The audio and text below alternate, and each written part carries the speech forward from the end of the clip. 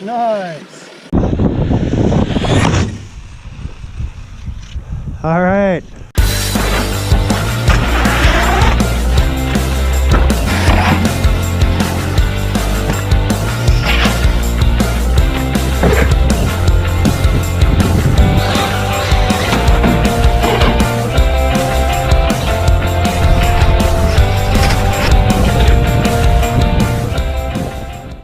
Hey YouTube, it's Josh here from RC Ranch. Today I'm going to do a little introduction right at the edge of the farm here, the ranch. There's our sign, and today I'm on work duty. I'm taking the side-by-side and the four-wheeler into the shop because they're kind of acting up. One has a hole in the gas tank and the other one just won't start. I think the battery is dead, like really dead, but I'm not too sure. So we're going to bring that in today, and then hopefully those things will be repaired by the time we get the new employees back at the ranch. Now, some of the other job duties that I have on the farm include breaking ice in the morning. So basically what that means is I just drive around on one of the side-by-sides of the four-wheeler and I break ice tanks. Basically that's a tank of water, and overnight the water freezes on the top, so then I have to go around with the hammer and break that ice, and then I remove the ice from the water tank, and then the cows can drink. So that's one of the reasons that these side-by-sides are so mandatory, because I use those to check the water tanks. You can use a pickup truck, but it's just kind of inconvenient, and to get out into some of the places you really need a side-by-side or a four-wheeler. Well, I'm getting up to speed here, guys, so I'm gonna have to go. Alright YouTube, so I just brought those the side-by-side, the four-wheeler in, and now I'm gonna bring this the red F350 pickup truck in. It's a diesel, and it's acting up also. The four-wheel drive won't work. It actually only has front-wheel drive.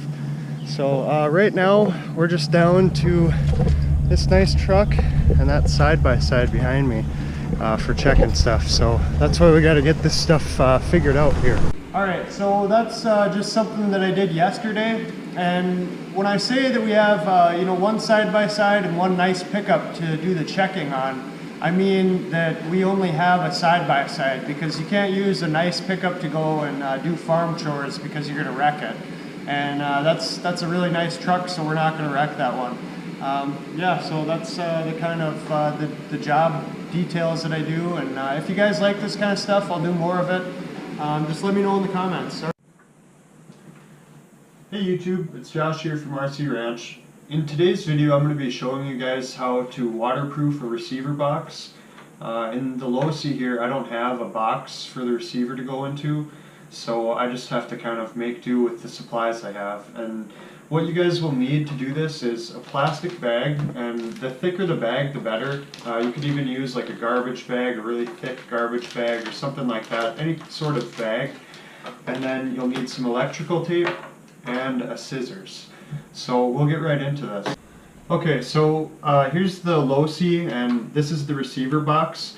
And right now I'm planning on electrical taping it to this, or zip tying it to this, and then it can stay up high, and then I'll have the wire coming off somewhere around here. Okay, now with this plastic bag here, you want to cut a chunk out about like 4 times the size of your receiver box. So my receiver box is about this big, and I'm going to make the cut about like this.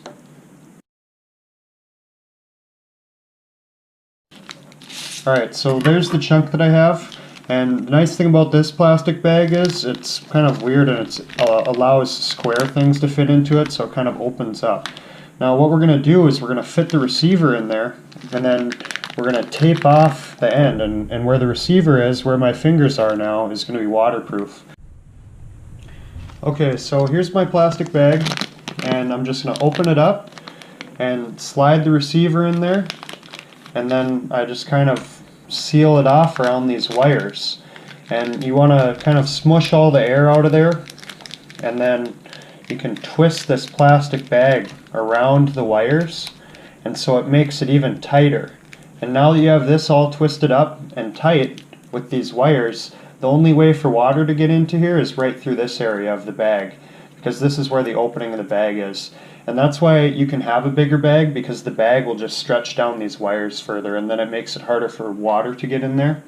So now I'm going to take some electrical tape, and I'm going to prevent any water from getting in here.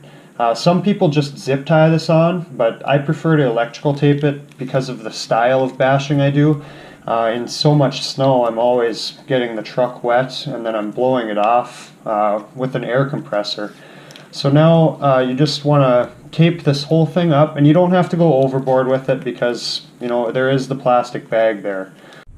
Alright, and there it is. Now this receiver box is waterproof. So it's waterproof and this antenna is still sticking out, so I can position this however I want. Now the plan with this Losi is I'm going to zip tie this receiver box up here, and then just to kind of trim everything up and make it look neater, I'm going to tape both of these wires together and then have this all kind of taped up here so that it's nice and neat looking. Alright, so this is all done now, and in my opinion this looks great. I like this. I like how clean these wires look. If I wanted to, actually, you know what, I think I am going to do this. I'm going to clean it up even more. I'm going to tape these wires too.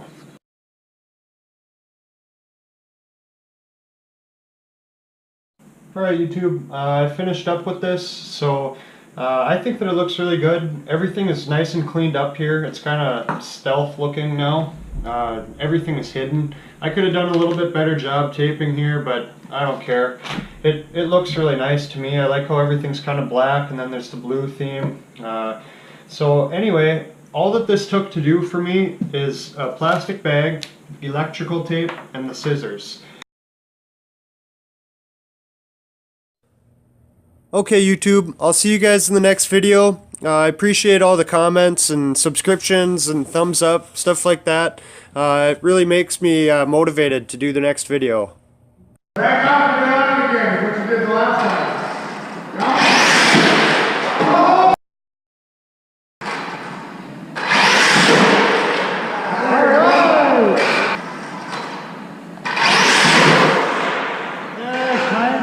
One more.